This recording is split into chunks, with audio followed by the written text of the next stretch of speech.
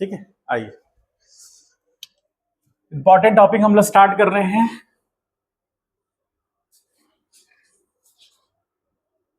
Heading दीजिए calculus.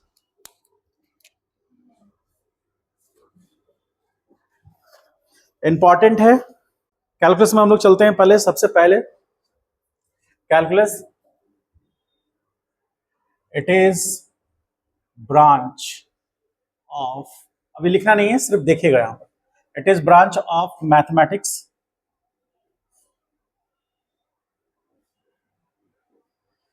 in which we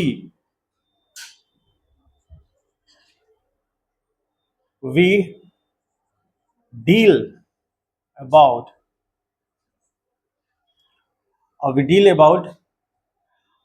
rate or instantaneous rate, that is change in something with respect to, short में something को ऐसे लिखते हैं, ठीक है। कोई भी एक क्वांटिटी चेंज करेगा, उसके रिस्पेक्ट में दूसरा चेंज करेगा। इंस्टेंटेनियस रेट और रेट, रेट का मतलब क्या हुआ, चेंज, ठीक है। आप ये चीज अभी क्लियर नहीं होगा, जस्ट थोड़ा सा एग्जांपल लेके बढ़ेंगे, यहां आएंगे तो क्लियर होना शुरू हो जाएगा, ठीक है। अभी देखिए, सबसे पहले हम लोग बात करते हैं क्वांटिटीज का।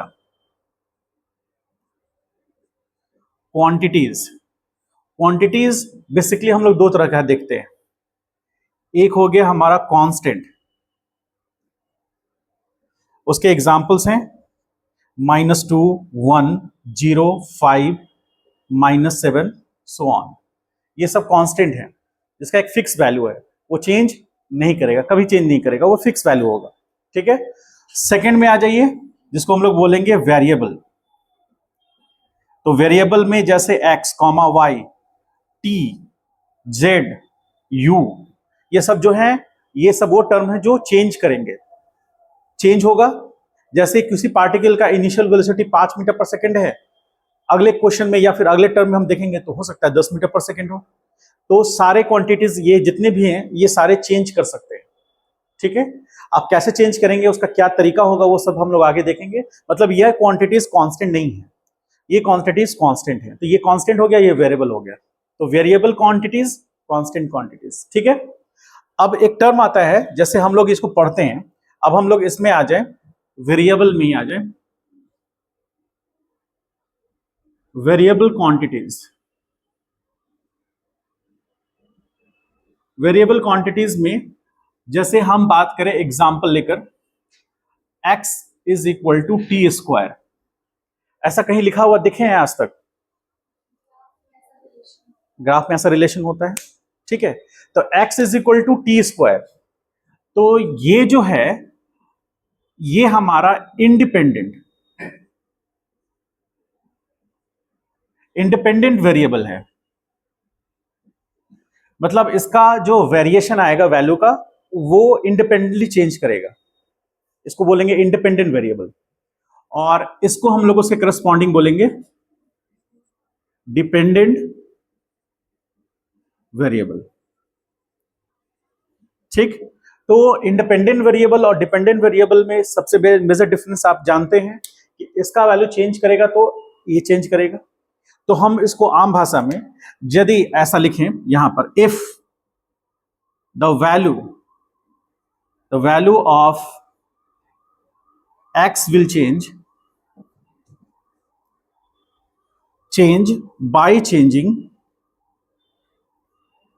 by changing the value of t. If the value of x will change by changing the value of t, तो हम लिखेंगे we can write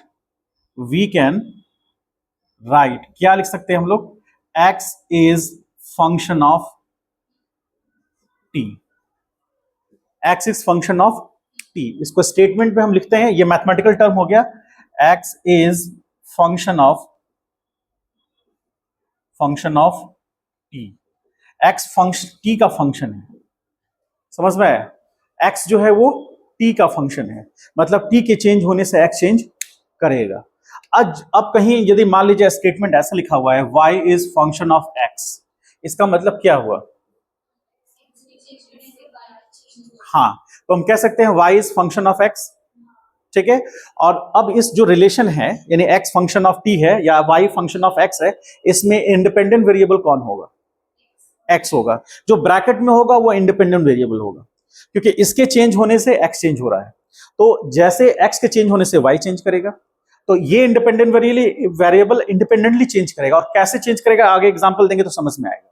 तो आप छोटा सा एक टेबल देखें, यहां एक छोटा सा हम टेबल बनाए, तो इसको ऐसा समझिए, x is equal to T square, यानी x is function of t, ठीक है।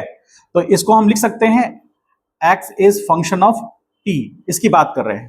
तो यहां पर x हो गया, सॉरी, यहां पर t का वैल्यू हो गया, उसके करस्पॉन्डिंग x हो गया।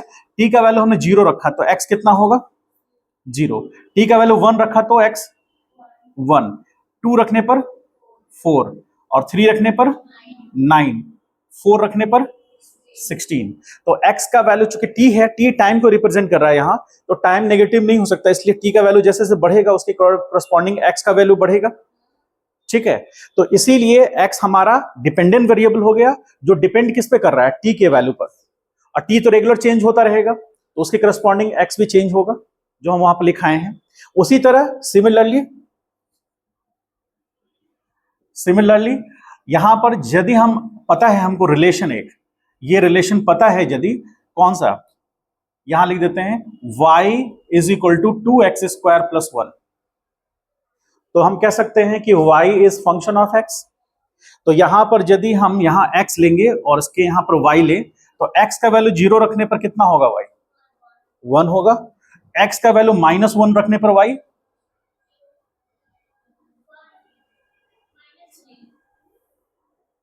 यदि x का वैल्यू -1 पुट कर दिया तो y, और यदि +1 रखा तो 3, और यदि -2 रखा तो 9 होगा, और यहां पर यदि 3 रखा तो 9 2 जा 18 प्लस 19, 4 रखने पर 16 2 जा 32 प्लस 1 33। तो उसी तरह जैसे t का वैल्यू चेंज होने पर x चेंज हो रहा है, यहां x के वैल्यू रखने पर y चेंज हो रहा है, इसीलिए y फंक्शन ऑफ x है, ठीक है। अब हमको इसको आपको हम धीरे धीरे प्रैक्टिकल लाइफ में कैसे हम उसको रिलेट कर पाएंगे वो समझेंगे। एक छोटा सा क्वेश्चन करते, देखिए, if y is equal to 3x square minus 2x plus 1, ठीक है। आपसे पूछ रहा है कि फाइंड y,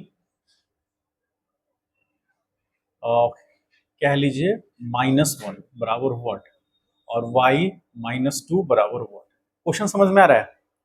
क्वेश्चन में कह रहा है कि एक रिलेशन दिया हुआ है y is 3x square plus 2x plus 1, मतलब x के वैरी होने से y वैरी करेगा। इसको हम देखकर कह सकते हैं कि y is function of x, कह सकते हैं। तो अब यदि हम x का वैल्यू यदि -1 पुट करेंगे तो हमको y क्या मिलेगा, ठीक है। तो यहां पर जैसे वैल्यू पुट करेंगे 3 इंटू -1 का होल स्क्वायर -2 -1 प्लस 1, तो बराबर, अब यहां पर जैसे यहां देखें तो ये होगा कितना, 3 माइनस प्लस 2 हो जाएगा प्लस 1, तो आ गया 6। इसका मतलब y -1 बराबर 6 होगा, ठीक।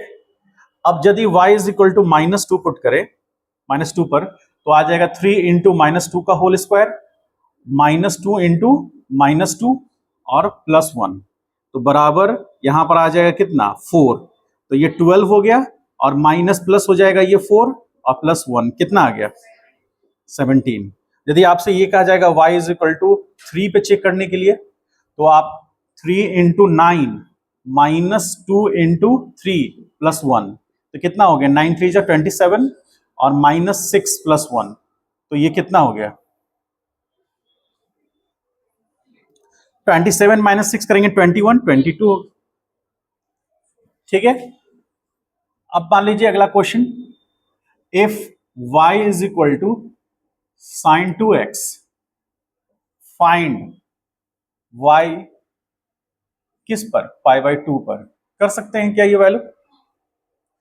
तो यहां पर क्या आना चाहिए, sine 2 into pi by 2 cancel हुआ, दैट इज साइन पाई, और साइन पाई का वैल्यू कितना, 0। अगला question, if y is equal to sine 2x plus sine 2x plus cos x plus 1, ठीक है, या फिर क्लॉस, इसको रहने दीजिए।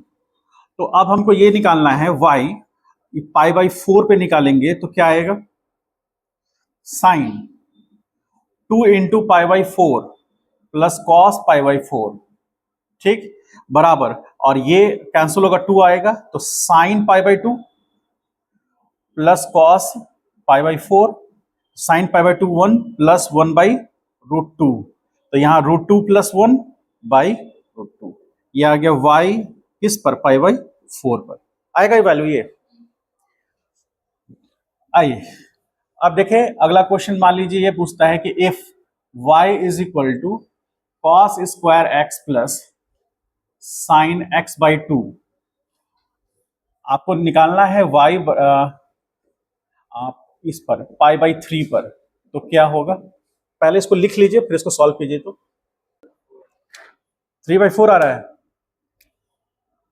3/4 y बराबर, और लोगों को कितना आ रहा है, देखिए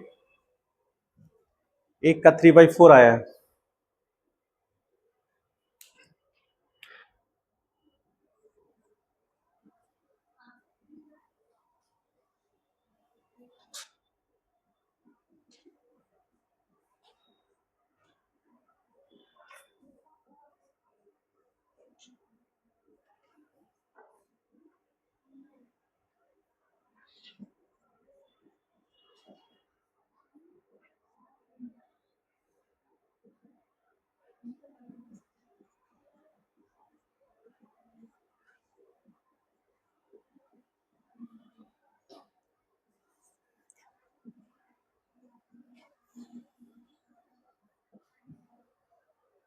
आया 3/4, ठीक है, तुम लोग का ऐसे नहीं, मतलब आया कि नहीं आया, अच्छा क्यों, ऐसे देखो, उस मुताबिक करो।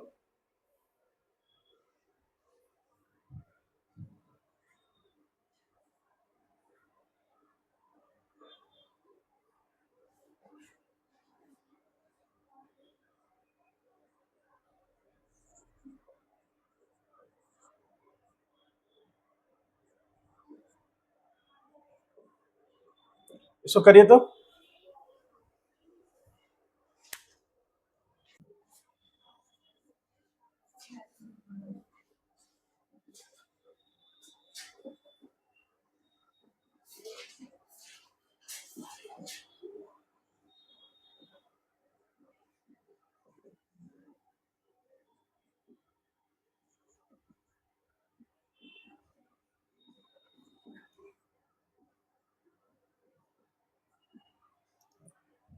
जीरो हो जाएगा, इनफाइनाइट होगा,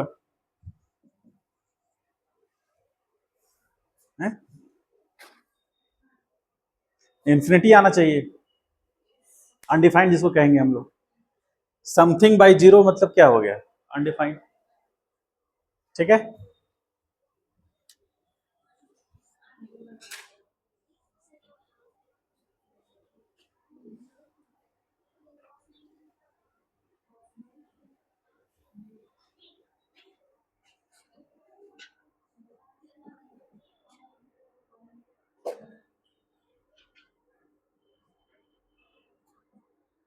चलिए करके बताइए तो इसको,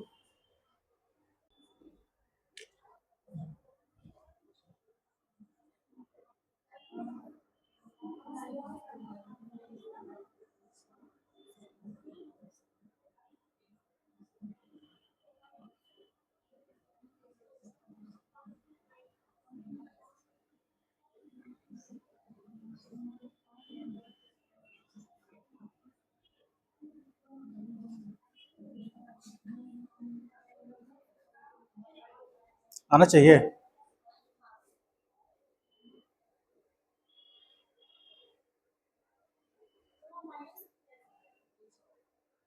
3 पाई बाई 2 है ना। हाँ तो 3 पाई बाई 2 मतलब 7 कितना हो गया ये? हाँ 270, तो 270 पे माइनस देगा ना वो। और चूंकि पाई बाई 2 मल्टीपल है, पाई बाई 2 मल्टीपल है, इसलिए 1 वैल्यू होगा। यदि पाई बाई 2 रहेगा तो 1 देगा, 2 पाई बाई 2 रहेगा यानी पाई होगा तो 0 दे देगा, और 3 पाई बाई 2 रहेगा तो -1 देगा, क्योंकि थर्ड फोर्थ क्वाड्रेंट में आ गया ना। देखिए यहां पर इस पॉइंट पे आ गया ना, ये 270 हुआ ना, इसी को 3 पाई बाई 2 कहते हैं ना। तो इस पॉइंट पे आ गया तो फोर्थ क्वाड सेकंड और थर्ड और फोर्थ क्वाड्रेंट में क्या होता है, नेगेटिव होता है ना साइन, इसलिए -1 होगा इसका वैल्यू। ठीक है। एक चीज हमको ये बताइए कि इसके चेंज होने से मतलब कि हमारा टी का वैल्यू चेंज होने से वाई चेंज हो रहा है। ठीक है, समझ गए इतना? इसको लिख लीजिए, आगे बढ़ रहे हैं हम लोग। हो गया, लिख लिए हैं? ठीक। अब ध्यान से समझिएगा दो बात।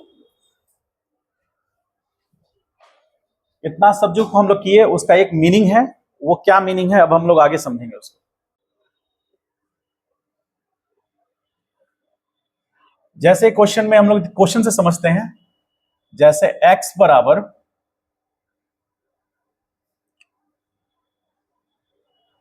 2t² है। ठीक है, ध्यान समझिएगा क्या होना चाह रहा है। तो at t is equal to 0, ठीक है, तो इसको हम t इक्वल टू 0 बोलेंगे नहीं कि, यानी कि हम इसको बोलते हैं इनिशियल टाइम। इनिशियल टाइम, तो t इनिशियल टाइम को हम क्या मान रहे हैं, t इनिशियल को यानी i को क्या मान रहे हैं, 0। ठीक है, तो t इनिशियल उस समय हमारा जो x मिलेगा उसको x इनिशियल कह सकते हैं। तो इनिशियल वैल्यू ऑफ x, ठीक है, तो एक्स आई क्या होगा, एक्स आई बराबर क्या होगा, 0 होगा। ठीक, ये दोनों हो गया। अब आइए at t is equal to T2, या फिर ऐसे कह दीजिए आप इसको T2 मान लीजिए, या फिर T फाइनल मान लीजिए। F कर दिए, तो इसका मतलब हो गया क्या, final time. Final time T final, और वो कितना माने हैं, तो T फाइनल को मान लिए 2 सेकेंड। ठीक है, तो उसके करस्पॉन्डिंग हमको X फाइनल मिलेगा, फाइनल वैल्यू ऑफ, इसको सेकंड मान करके यूनिट मान लीजिए, फाइनल वैल्यू ऑफ क्या लिखेंगे, x। समझ पाए ये, और ये t इनिशियल 0 को जिसको 0 माने उससे करस्पॉन्डिंग हमको x इनिशियल मिला। उसके बाद t फाइनल जिसको हमने 2 मान लिया तो उसके करस्पॉन्डिंग हमको x फाइनल मिलेगा। तो x final is equal to 2 into 2 का स्क्वायर बराबर कितना, 4 2 जा 8 यूनिट मिलेगा ये। हाँ, तो अब हम लोग बात करते हैं रेट और एवरेज रेट। रेट मतलब चेंज इन, रेट मतलब change in something with respect to change in something. अब ये होगा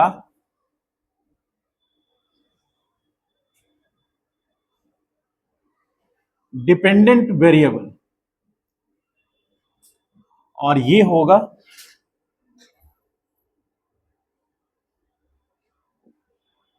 वेरिएबल। डिपेंडेंट वेरिएबल और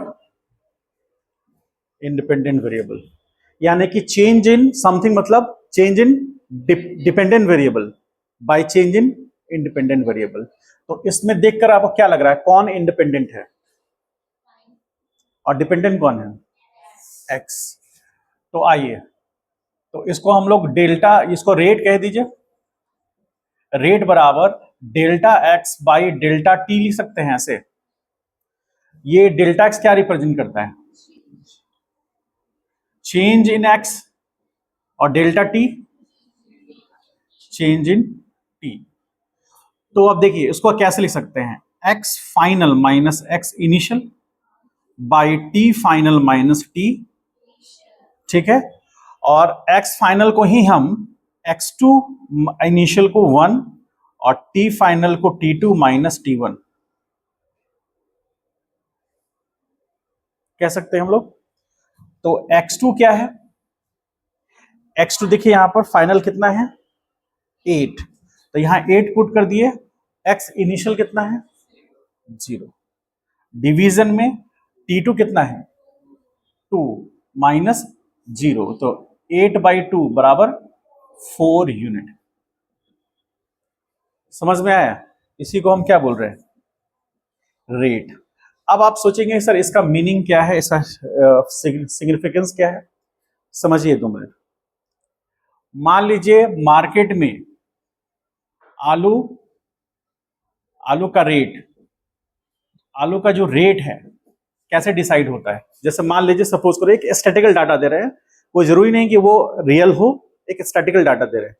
मान लीजिए कि मार्च 24 में आलू का रेट जो था वो मान के चलिए कि 30 रुपीज पर केजी था, ठीक है। अप्रैल 24 में ये 40 रुपीज पर केजी हो गया, मई 24 में ये 45 रुपीज पर केजी हो गया, ऐसा कुछ हुआ। जून में मान लीजिए 24 में इसका rate suppose 50 rupees per KG हो गया, ठीक है। समझ गए? तो ये रेट है, आप इसको समझिए। इसका एक छोटा सा टेबल बनाते हैं हम लोग। अरे समझ लो, एक छोटा सा टेबल बनाते हैं, जैसे उधर हम लोग टेबल बनाया था।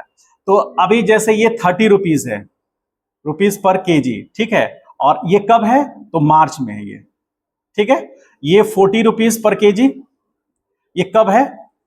अप्रैल में, ठीक है। और ये 45 कब है? मई में। अरे बोलिए 50 रुपीज जून में, ठीक है। अब आपसे कहा जाएगा रेट बताइए, रेट बताइए, आपसे रेट निकालना है।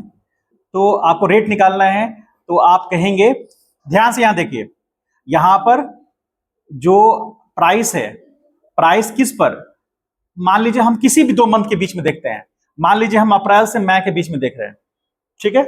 तो फाइनल डेट कौन सा है? मई होगा, अप्रैल के बाद मई आएगा, ठीक है।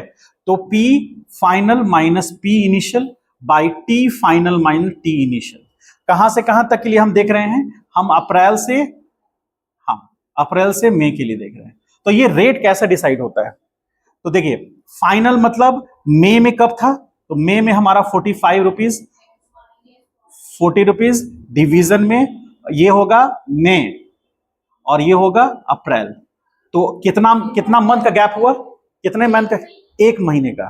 तो आप देखिए यहां पर क्या लिखाएगा, 5 rupees per KG per month, यानी कि 5 रुपए पर महीने से उसका रेट चेंज कर रहा है, कुछ हल्का फुल्का। यदि आप कहेंगे कि नहीं सर हमको मार्च से जून तक का बताइए, तो मार्च से जून तक का रेट निकाल सकते हैं। तो जून वाला जो वैल्यू होगा वो फाइनल प्राइस हो जाएगा, मार्च वाला जो होगा वो इनिशियल प्राइस हो जाएगा, ये फाइनल मंथ और ये इनिशियल मंथ। तो जून में से हम मार्च को हटाएंगे तो कितना मंथ होगा? जून में से मार्च चला गया तो 1 अप्रैल मई, 2 मंथ होगा। तो इसमें हम डिवाइड करेंगे 2 मंथ से, तो फिर क्या रेट आएगा? देखिए यहां पर फिर क्या रेट आएगा। तो यहां पर रेट क्या हुआ, विद्रोह मत करो, मार्च टू क्या लिखेंगे जून। तो देखिए फाइनल कितना 50 माइनस 30 डिवीजन में 2 मंथ होगा, शॉर्ट में लिख दिए 2 मंथ, क्योंकि मार्च थी जून और मार्च के बीच का गैप रहेगा, तो उसको आप ऐसे लिखिए, ये होगा जून माइनस मार्च, ऐसा लिख सकते हैं। बोलिए, तो यहां 20 डिवीजन में 2 मंथ, तो ये फिर 10 आया, यानी कि 10 rupees per KG per month. कुछ बात समझ में आया? समझ पाए? यानी कि मार्च से जून तक का, मान लीजिए आप कहेंगे कि 2 महीना का रेट क्या है आलू का, 2 महीना में क्या रेट रहा उसका, तो आप क्या करेंगे, उस दोनों जो महीना का रेट को डिफरेंस करेंगे प्राइस का, और उसको डिवाइड कर देंगे मंथ से। तो आपको हर मंथ, मतलब मार्च से लेकर जून तक में हर मंथ क्या प्राइस में वेरिएशन आया, वो ये आएगा। समझ पाए? तो यहां पर प्राइस है और यहां उसका टाइम है। अब यहीं पर आ जाएगा पार्टिकल का डिस्प्लेसमेंट या पोजीशन, और यहां नीचे आ जाएगा टाइम। तो change in position by time क्या दे देगा आपको? वेलोसिटी। तो यहां पर उसका आलू का रेट बता रहा है, वहां पर रेट किसका पता चलेगा? डिस्प्लेसमेंट का। और डिस्प्लेसमेंट का रेट क्या बताएगा? वेलोसिटी बताएगा। समझ में कुछ आ रहा है? उतारिए, और एग्जांपल करेंगे तो और क्लियर होगा। एक छोटा सा एग्जांपल हम लोग देखते हैं।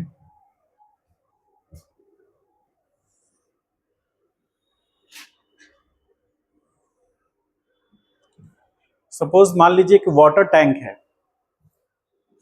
वाटर टैंक देखिए आप,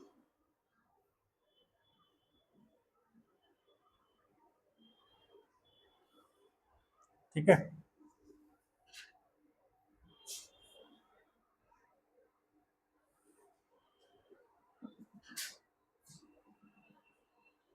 यहां x बराबर 0, t बराबर 0, मतलब ये टोटल हाइट जो है इसका, ये x बराबर 20 मीटर है, ठीक है। 20 नहीं, 10 मान लीजिए, ये टोटल हाइट, ठीक है। तो ये बॉटम हो गया, bottom level of water tank, ठीक है। ध्यान से समझिए, अब ये वाटर टैंक खाली है, अभी पानी इंटर होगा थोड़ी देर में, अभी खाली है, ठीक है। तो जैसे स्टॉप वॉच हमने ऑन किया, स्टॉप वॉच ऑन किया तो पानी इसमें से गिरना शुरू हुआ, तो पानी का लेवल धीरे धीरे ऊपर जाएगा जैसे जैसे समय बीतेगा। तो अभी इनिशियली क्या है कि t बराबर 0 पर उसका हाइट क्या है? 0, क्योंकि पानी है ही नहीं तो पानी का लेवल 0 है, ठीक है। कुछ देर के बाद मान लीजिए कि वो इस पोजीशन पर पहुंचा, और ये पोजीशन सपोज x बराबर, ये जो हाइट है x बराबर 4 मीटर हुआ, ठीक है। यहां 0 मीटर है, यहां 4 मीटर, और यहां यहां पहुंचने में जो टाइम t बराबर लगा वो 10 मिनट लगा। इसका मतलब है कि t इक्वल टू 0 पर उसका वाटर लेवल 0 था, जैसे समय बीता कितना 10 मिनट, तो वाटर लेवल राइज होकर कितने पे आ गया? 4 मीटर पे आ गया, ठीक है। टोटल हाइट कितना है? ठीक है। तो मान लीजिए क्वेश्चन में कह रहा है कि if the level of water rises with fixed rate, then find time to fill the tank। Matter समझ में आया बात? क्वेश्चन में कह रहा है कि मान लीजिए वाटर के फिल होने का रेट, जो फिल होने का रेट जो है वो कांस्टेंट है, फिक्स्ड है। तो आपको बताना है कि कितने समय के बाद वाटर जो टैंक है वो फिल हो जाएगा, और वो अलार्म बजना शुरू हो जाएगा, टंकी की पानी भर गई है, कृपया टंकी बंद करें। आवाज आता है ना? कैसे आवाज आता है? वो लोग उसको सुनते ही नहीं, वो महिला कितना जोर जोर से बोलती है, कोई नहीं सुनते उनके, है ना। बस यहाँ पर सेंसर लगे रहते हैं, सेंसर सेंस करता है उसको, और मेन जो वहां पर मतलब स्पीकर होता है, सेंसर उसको सेंस करके फिर स्पीकर बोलना शुरू कर देता है, ठीक है। अब आइए, तो आप समझिए यहाँ पर कि अब आपको यहां समझना यह है कि x is function of t, ये तो तय है, क्योंकि जैसे समय बीतेगा x भी चेंज करेगा, ठीक है, अब पॉजिटिव या नेगेटिव तो बात की बात है, यहां पर तो पॉजिटिव नजर आ रहा है, ठीक है, नेगेटिव भी हो सकता है, यहां पॉजिटिव आ रहा है। तो अब आप ये समझिए कि टी इनिशियल जिसको हम T1 बोल रहे हैं वो कितना है, 0। तो एक्स इनिशियल कितना है, 0 मीटर है, ठीक है ना। अच्छा, टी फाइनल मतलब हम टी फाइनल जो उसमें मान रहे हैं 10 मिनट, है ना। तो उस जगह पर टी एक्स फाइनल कितना है, 4 मीटर। तो हम यदि रेट लिखना चाहेंगे तो रेट बराबर x final minus x initial by T final minus T initial. तो एक्स फाइनल कितना, 4 माइनस 0, टी फाइनल कितना, टी फाइनल 10 माइनस 0, तो आ गया 4/10, ये होगा मीटर पर मिनट होगा। तो 4/10 मीटर पर मिनट जो रेट है वो क्या है, फिक्स्ड है, फिक्स्ड है, वो चेंज नहीं हो रहा है। तो अब हमको निकालना है फॉर एक्स बराबर 0 टू एक्स बराबर 10 मीटर। अब हमको 0 से 10 मीटर के लिए देख सकते हैं, तो रेट बराबर यहां x final minus x initial by T final minus T initial, ठीक है। कहां से कहां तक के लिए देख रहे हैं, 0 से 10 मीटर के लिए देख रहे हैं। तो ये रेट कितना आया है, 4/10 बराबर एक्स फाइनल कितना है, 10।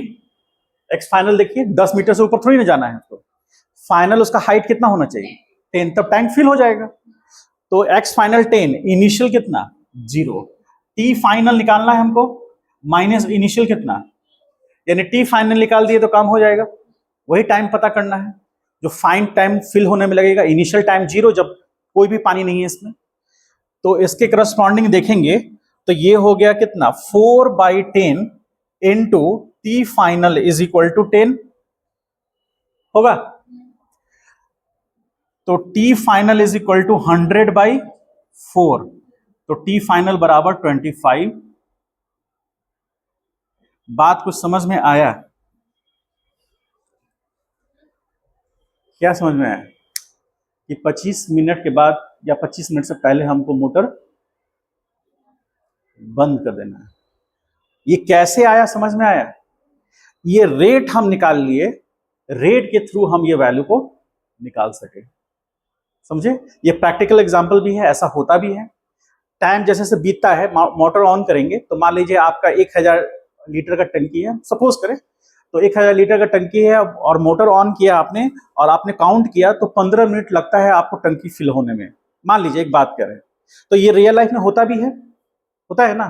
तो यदि हम देख रहे हैं कि यहां पर t = 0 है, पानी उसमें खाली है, तो उस समय x हाइट भी 0 हो गया, टाइम भी 0 हो गया, उससे हम रेट निकाल लिए बीच का कहीं पर। अच्छा कि रेट कांस्टेंट है तो इससे हम फाइनल टाइम भी निकाल सकते हैं कि कितने मिनट के बाद वो टंकी पूरी तरह से फिल हो जाएगी। ये एक प्रैक्टिकल एग्जांपल है रेट पता करने का, और रेट के हेल्प से हम लोग फाइनल टाइम, या फाइनल टाइम पता होगा हम फाइनल हाइट निकाल सकते हैं। फाइनल टाइम पता होगा कि बताइए 25 मिनट में कितना फिल होगा, मान लीजिए 20 मिनट में कितना फिल होगा, तो आप वो हाइट भी निकाल सकते हैं, रेट पता है तो। उतार लीजिए।